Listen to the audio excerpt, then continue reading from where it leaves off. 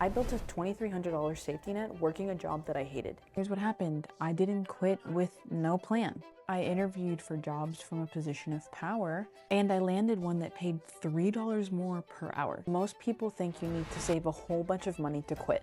That's wrong. You save money so you can move on your terms. In 5 minutes, I'm gonna give you the exact 5-step system that I used to save up $2,300 in 6 months. And if you follow it too, you'll have yours in 12 weeks. Here's step 1. I calculated my safety number, not my retire forever number. And most people overcomplicate this because they think that you need an entire year of savings worth, when in reality you don't. You need enough to cover you for 2 to 3 months while you find something better. For me, that was about $2,100 in rent, 2 months worth of bills and groceries, around $600. So that total was $2,700. But I set my first goal to be $1,000 because $2,700 felt impossible with $47 in my bank account. But $1,000, that felt doable. Or even $500, that felt doable. Step 2, I opened a separate account, savings account, and I named it my safety net. Not savings, not emergency fund, but my safety net. And words matter because every time that I logged into my bank account app, I saw those words, safety net. And it reminded me what I was building. The thing that would catch me if I fell, or help me jump if I found something better. Step 3, I automated $25 per paycheck. This is the most important step. You cannot rely on willpower. You have to automate it. So I set up an automatic transfer. Every payday, $25 moved from my checking account to my safety net account. I didn't think about it. I didn't decide to save it. It just happened. So then here's what happened. Week 1, I went from $47 to $72. So then month 1, I ended up having $147. Month 3, I had $347.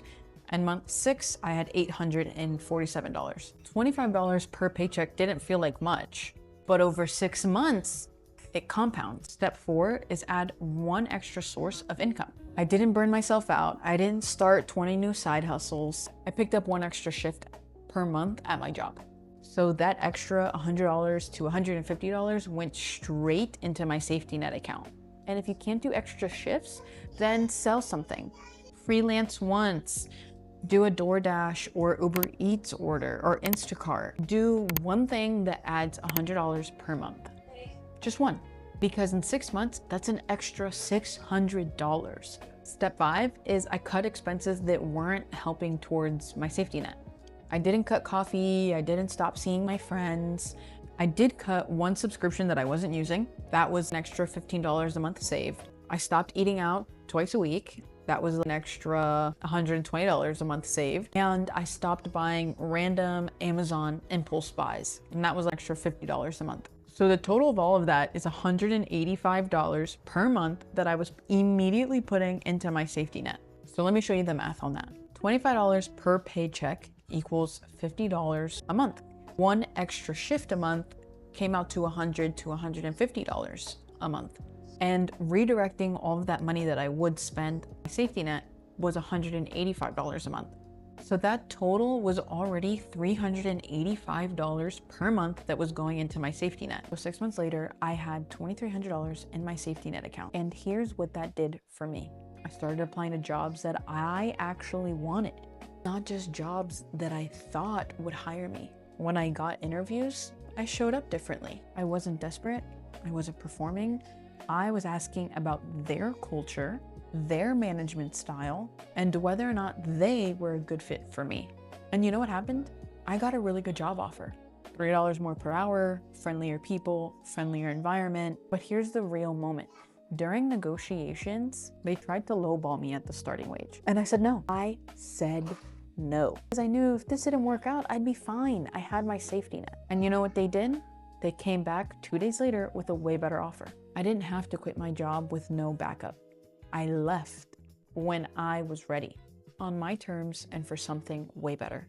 That's the power of a safety net.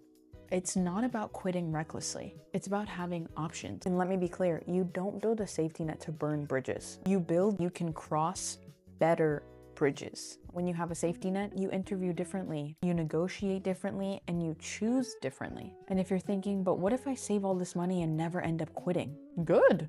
That means you're smart. You built leverage, you built options, and you built security. That's not wasted money, that's power. So comment below what your safety net number is, how much you would need to feel secure or enough to walk away. Hit subscribe for more systems like this one, not motivation, but a step-by-step system that you can actually execute. If you follow this exact system, you'll have your safety net in 12 weeks. Not someday, but literally 12 weeks. And you'll move on your terms. See you next week.